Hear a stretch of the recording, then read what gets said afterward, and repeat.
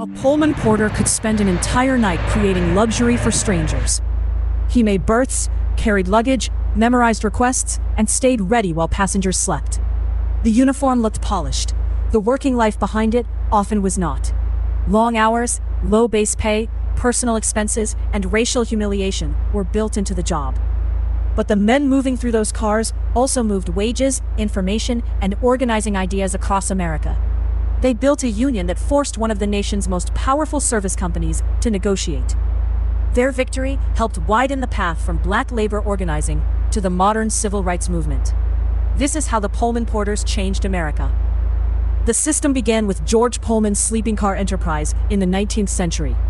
His cars turned overnight rail travel into an expensive premium product. Pullman also created a company town in Illinois for workers who manufactured the cars. The architecture projected order, efficiency, and control.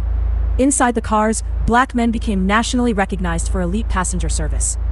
That visibility offered a degree of prestige at a time when many jobs were closed to black workers. But prestige did not erase the hierarchy that made service look like subordination. Every polished car depended on work passengers were encouraged not to notice. Library of Congress material describes poor conditions, long hours, and low base pay. Tips were expected to fill the gap between the wage and the cost of living. Porters also paid for uniforms, meals, and sleeping quarters while traveling. The company demanded the appearance of effortless professionalism while shifting costs onto the worker.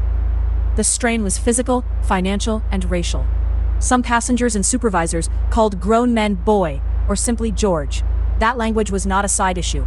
It enforced who was expected to command and who was expected to serve. Over time, the daily insults became fuel for collective action. In 1925, Pullman porters organized the Brotherhood of Sleeping Car Porters.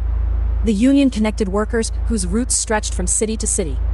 Rail corridors carried people, newspapers, and private conversations across regional lines. A. Philip Randolph became the Brotherhood's leader. He did not work for Pullman, so organizing could not cost him a porter job. He also edited The Messenger and used it to publicize labor issues. But the movement was never one man's legend. Benjamin F. McLaurin, Ashley L. Totten, and thousands of porters made the organization real. The union gave isolated workers a shared name, a shared strategy, and a national voice. The Pullman Company did not recognize the Brotherhood quickly or willingly. The campaign moved through organizing, public pressure, and legal action.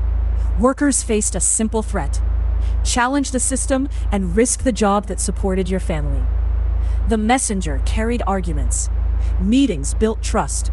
Rail routes carried news. The surviving records show correspondence, minutes, reports, and the names of organizers across the country. That paper trail matters because it replaces myth with evidence. The Brotherhood's victory was not inevitable. It was accumulated. Then, in 1937, the long campaign finally forced a formal agreement. The Pullman Company signed a contract with the Brotherhood of Sleeping Car Porters. National Park Service material says the agreement established a 240-hour work month.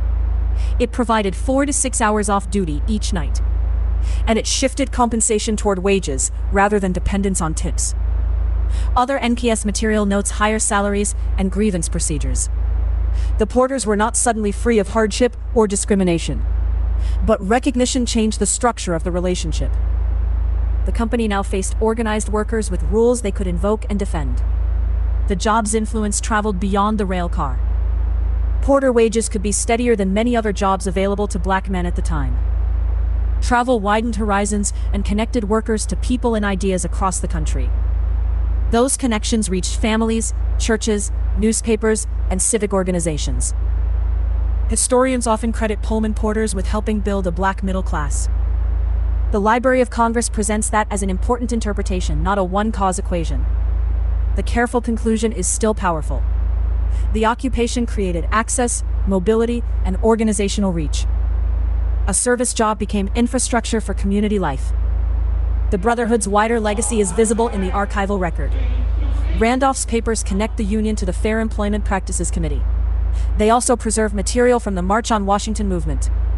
The connection is not that one union created the entire freedom struggle. It is that black workers proved they could organize nationally, negotiate, and force recognition. The National Park Service says their success inspired black workers in other trades to demand equality. Randolph later stood among the leaders of the 1963 March on Washington.